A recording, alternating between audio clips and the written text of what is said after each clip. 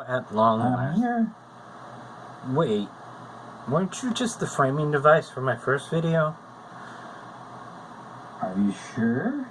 Yeah, I'm sure. What are you doing here? Why? I want to do this with you. I want to be part. Alright, well first tell me, are you the narrator, my inner voice, or just another framing device? Well? Maybe. I spoke into the abyss and the abyss spoke back to me. As I was saying, origin stories are strange beasts. Once in a while, you just get a simple one. Someone's bitten by a radioactive gamma ray and they turn into Captain America. Or sometimes you have something longer. As I was working on this video, I was thinking about Hal Jordan, the Green Lantern Hal Jordan. John Broome and Gardner Fox arranged it so that the origin story would play out over several issues, and I thought that's really interesting for the Silver Age. They didn't really do that much. So originally just Hal Jordan meeting Abin Sur with the ring, and then Hal Jordan meeting Tomar-Re, another Green Lantern, then him meeting the Guardians of the Universe, and even when they did it again, it was a massive retcon,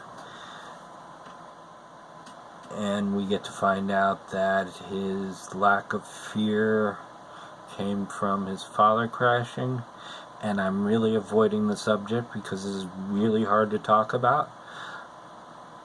This is my trans origin story. Now, the simple way to put it would be to say I knew who I was since about the age of 11. I am very well aware I asked to join the Girl Scouts rather than the Boy Scouts because I thought they were more interesting. And of course I always hung out with the girls.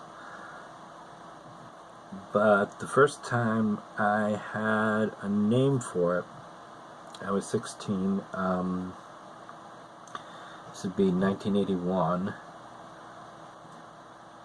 I'd already been going to Rocky Horror a lot, which is a place that was safe for me and safe for a lot of trans people back in the day. And I don't know,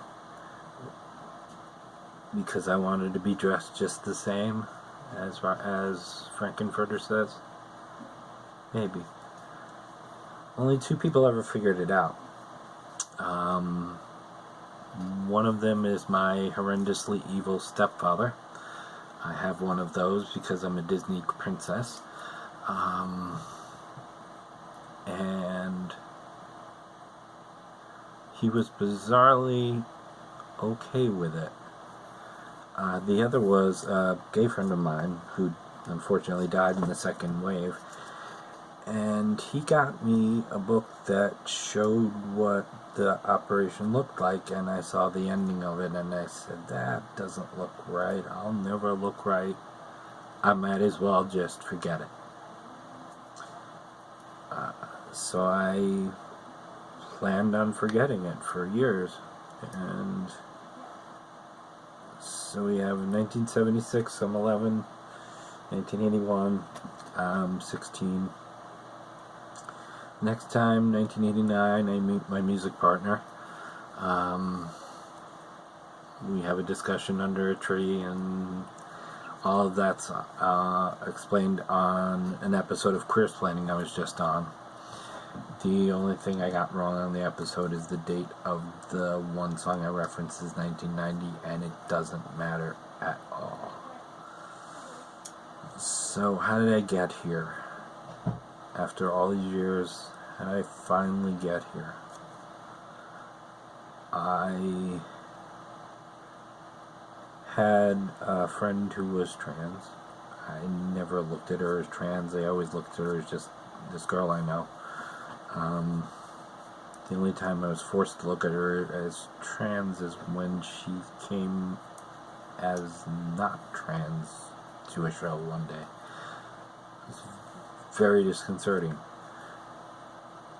I suppose it works the same way the other way.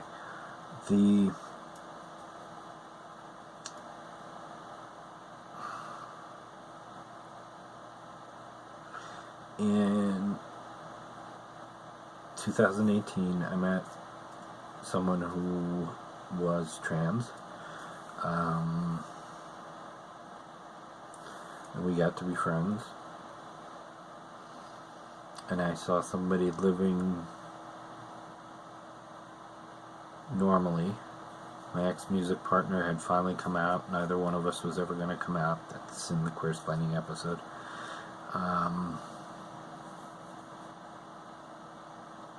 I'd started working with my bestie also, and so all of the things culminated. I was at the Dyke March last year, which was June something. I had already been going to a gender specialist. I only went twice because all I needed to know was, am I crazy here?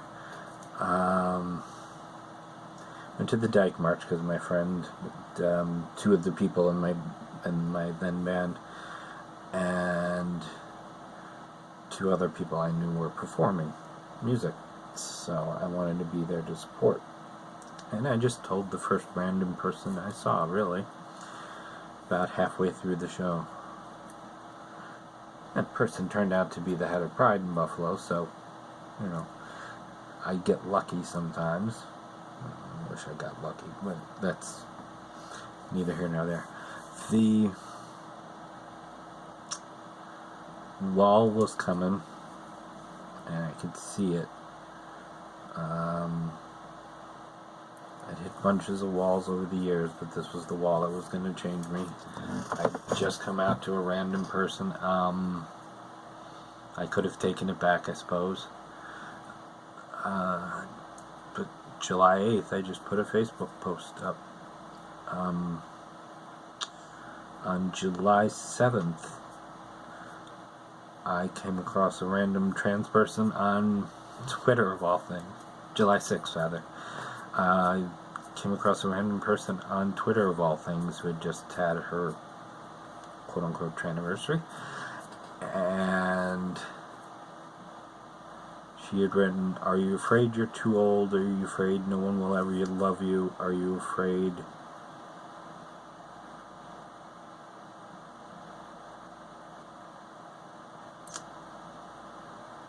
that you can't do it?" And impulsively I just wrote back, I had all these thoughts. I have had all these thoughts. And she wrote back, "Guess what? You don't have to."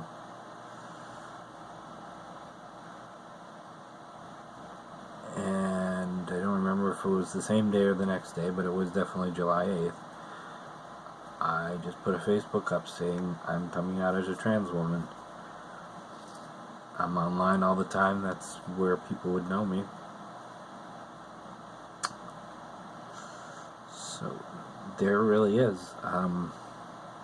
I started on spironolactone in February because of a heart condition. I had to take all sorts of tests before I could start on estrogen, so that didn't start until a couple months ago.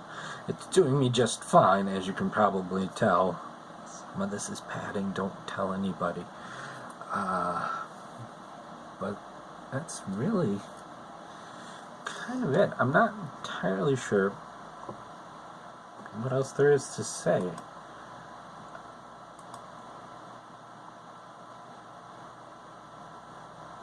The one thing I will say is something that I said. I asked to be taken out because I accidentally outed somebody.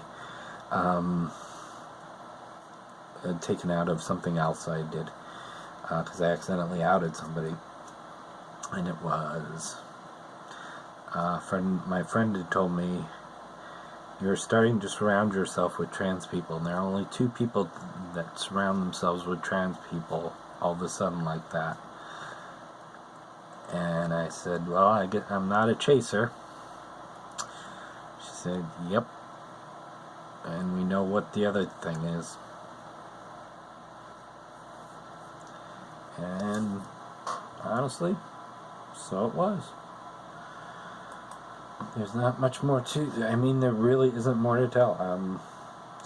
I've never been happier. I've never been calmer. I didn't know what calm was like. I didn't know what happy was like. I mean, I'd been happy, but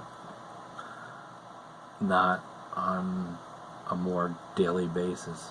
I still go through the bipolar disorder, and I know when my ups and downs are, but the downs aren't as bad, and the highs aren't as high anymore, but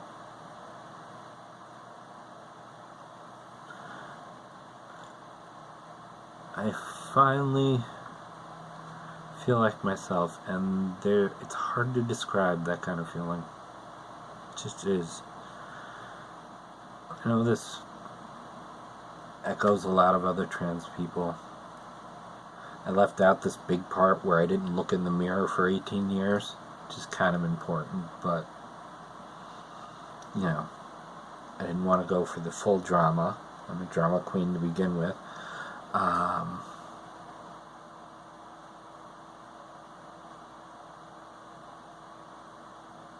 No, I guess it is important.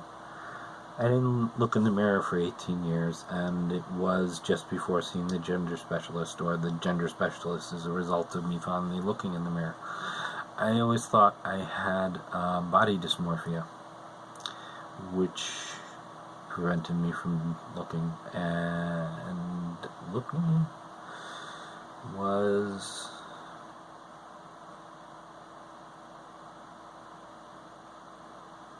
eye-opening.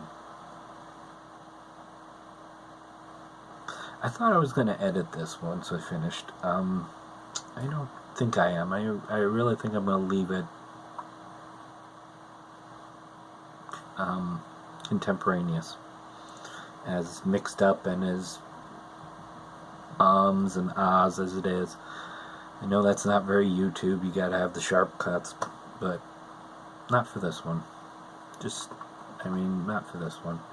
I have other things going on. I have framing devices and all that, you know. They sometimes work. Christy and Abby, you have the ability to overcome great fear. Wait a second, what is this now? I'm the only one allowed to speak over you. Christy and Abby, you have the ability to overcome great fear.